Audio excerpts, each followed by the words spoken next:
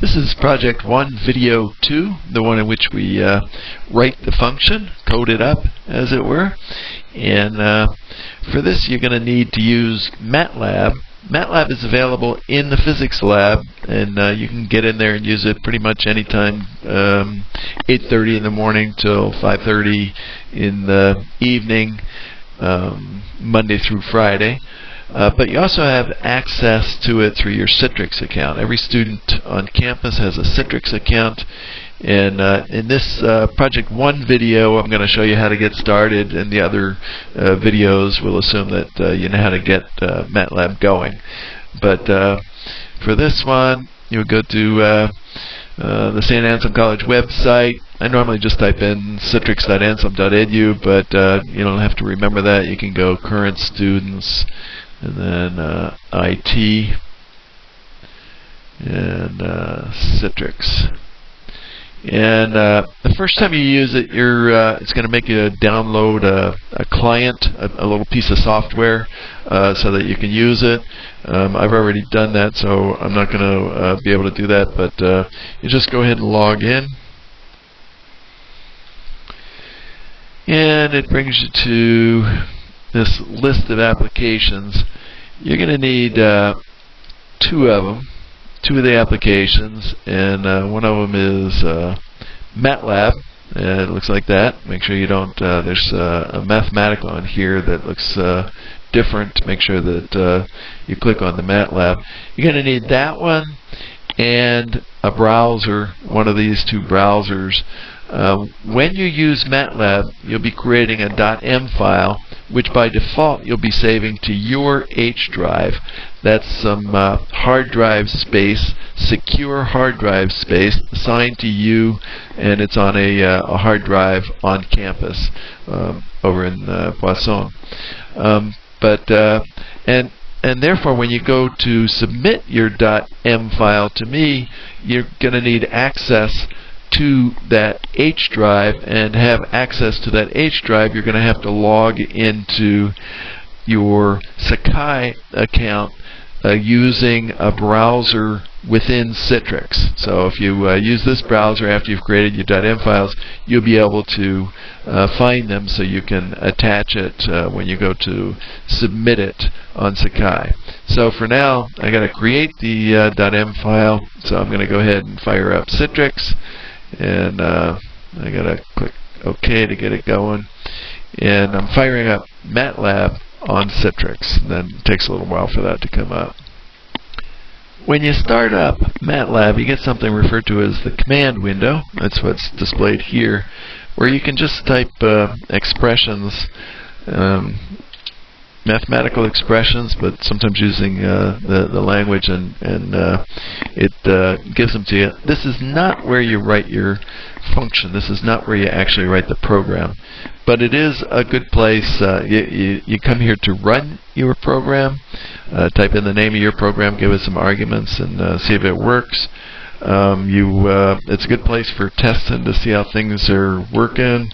Sine of 90 degrees we know is 1, and we get something else which tells us that it's actually not assuming that the argument of the sine function is in degrees. If you take sine of pi over 2, it's 100, corresponds to I think I want pi over 4. Let's see, pi radians is 180 degrees, so pi over 2 would be 90. So there I would expect that to come out as 1 if the sine takes its arguments in radians, and so that's the way that works. But in other words, this is a good little place to test things out. To actually create the function file that you got to create, you type the edit command, and it opens up an editor. I'm going to resize that so you can see it. And this is where you type the function. So every function that you create begins with a function, the word function, a return variable name. So I think I'll call my return variable name final velocities. So velocities. The variable name has to begin with a letter. It's got to consist of letters and numbers, and maybe a few characters are allowed. The underscore character is allowed, for instance, which some people use like for a long name or a combo name to separate the names. I usually just start the second part with a capital letter. Okay, so that's the return variable. That's where we're going to stick our answer. We got to stick our answer in there. And then the function name, which I'll say it gets the final velocities. I'll keep it a little bit shorter than that. So get final v's, where v stands for velocity. And then open parentheses and the argument list. I'm going to call the mass of object 1 m1, the mass of object 2 m2, my cart 1 and 2. I'll call the initial velocity of cart 1 v1 and the initial velocity of cart 2 v2. Every function statement is supposed to end with an end statement. And then I'm going to hit the tab key here, so the body of the function, the guts of it, is indented for to make it a little bit easier for humans to read it. The computer doesn't really care whether you indent it or not. Then let's look at what we're actually trying to accomplish here. I had in the pencil and paper part, code outline. Okay, I've got those arguments. Evaluate equation 4 for v1 prime. So this will assign whatever the value of this expression on the right is to the variable v1 prime. If I put v1 prime equals that expression on here. So I'm going to calculate the expression. It'll store the result in something I'm going to call v1 prime. So don't try using a variable that looks like that. I guess you could try it and see if it works, but I don't think that's one of the allowed symbols. I think it's just the underscore numbers and letters. It's what you can have in a variable name. In our variable, I'm going to call v1 prime. So now I've actually got to type that in. It's m1v1 plus 2m2v2 minus m2v1. See how much of that I can remember. m1 times, the time symbol is the asterisk, v1 plus 2 times m2 times v2, and then minus m2 times v2. And then that's all divided by stuff, so I want to check to see if I got that right. Minus m2v2 minus m2v1, of course. I've got the m2v2s over there, and 2m2v2 and m1v1 minus m2v1, and then all divided by, I think it was divided by the sum of the two masses, m1 plus m2. These spaces are optional. I see it a little easier to see the plus sign if you put spaces around it, but you could leave them all out. The spaces don't matter. Yep, it was divided by the sum of them. And then I'm going to put a semicolon there. If you leave the semicolon off, when you run the program, when it calculates this and assigns that to v1 prime, it's also going to print it to the screen. That's useful if it doesn't seem to be working and you need to debug it, but it's not so. But you can't have stuff printed to the screen in your final result. That was that's part of the project assignment. Make sure it doesn't print extra stuff to the screen. In other words, it doesn't display it in the command window when you run it. So I'm going to be assigning these to final velocity pretty quickly anyway, so I don't think I need to see them for debugging purposes. I'll go ahead and move along with the program. The next one was evaluate equation 3 for v2 prime, so I've started doing that. v2 prime equals, and then it's v1 minus v2 plus v1 prime. v1 minus v2 plus v1 prime. So it's a very short program. I've actually got the answers, but now I have to stick them into the variable I called final velocities. So I'm going to call it, so I just have to write final velocities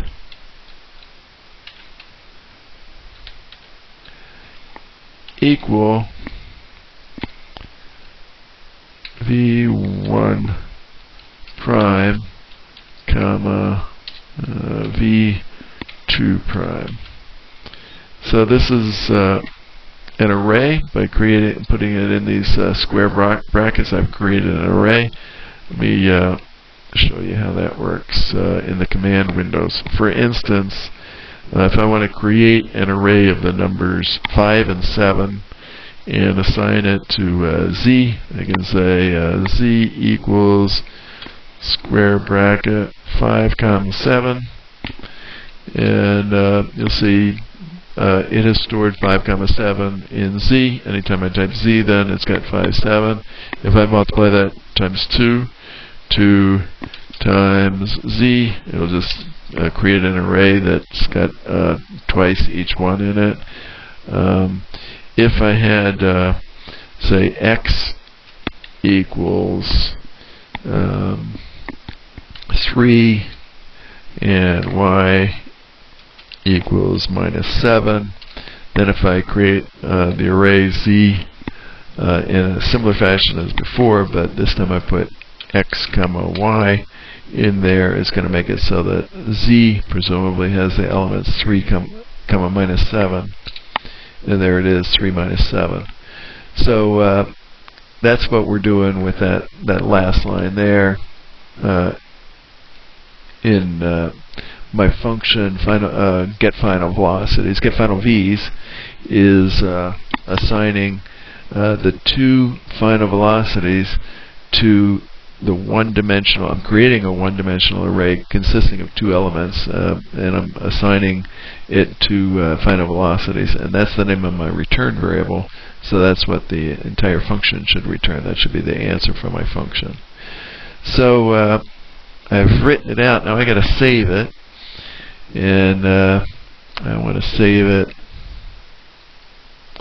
in a reasonable place. It's going to be on your H drive. You probably won't have to go through quite this much rigmarole to get to it. And I'm actually going to create a folder that I'm going to call my code.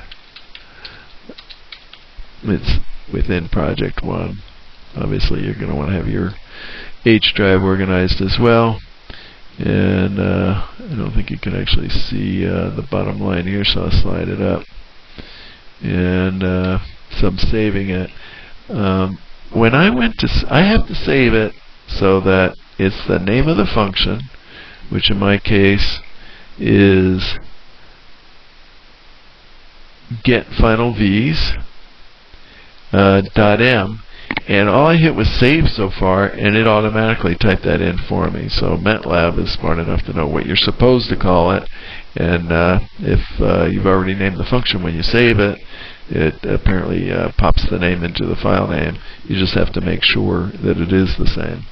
So I save that, and now I want to see if it works. So I go to the command window, and I got to find it. So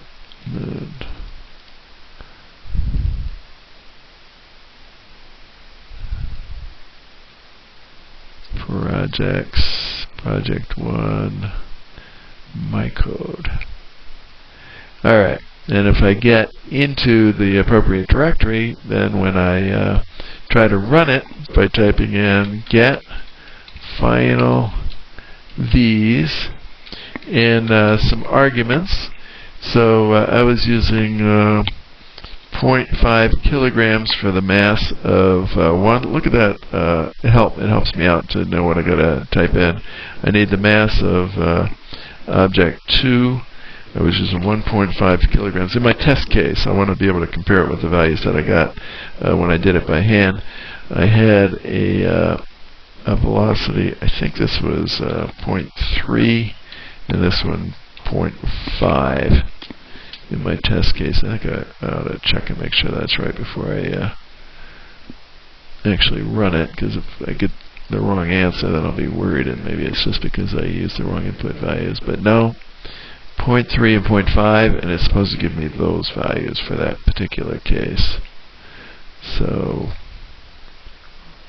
let's try it. It says 0.6 and 0.4, and I believe those were the values. Yep, that's just as we predicted. So it's not proof that it's going to work in every case. You know, somebody says well, by the way, shortcut on this: if you hit the up arrow on your keyboard, it types in for you the last thing that you used. So let's say I got something that's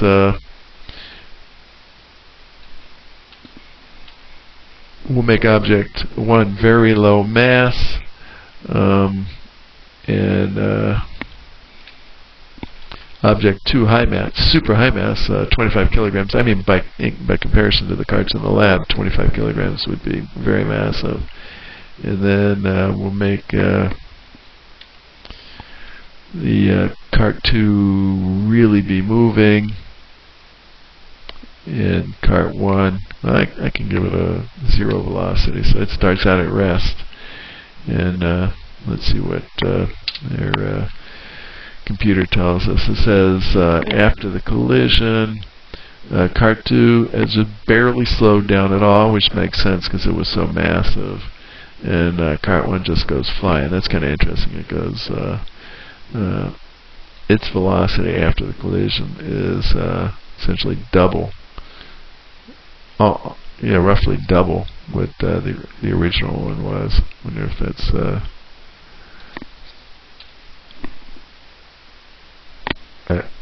I think what I want to do, hit the up arrow, and then I'm going to make this even lighter. See if it gets closer to just doubling it. Okay, yeah, it does. It's roughly double what the other one was, and this one hardly slows down at all. So, you know, by testing it on one, I didn't really prove that it works on all of them, but it does give me confidence that it would tend to. Alright, so if you're able to run it, then that means you did save it. And so we've got, I'm going to call this Project 1, video number 2. We'll call it the end of that, and then in video 3 I'll show you how to do the documentation. So that's the end of Project 1, video 2.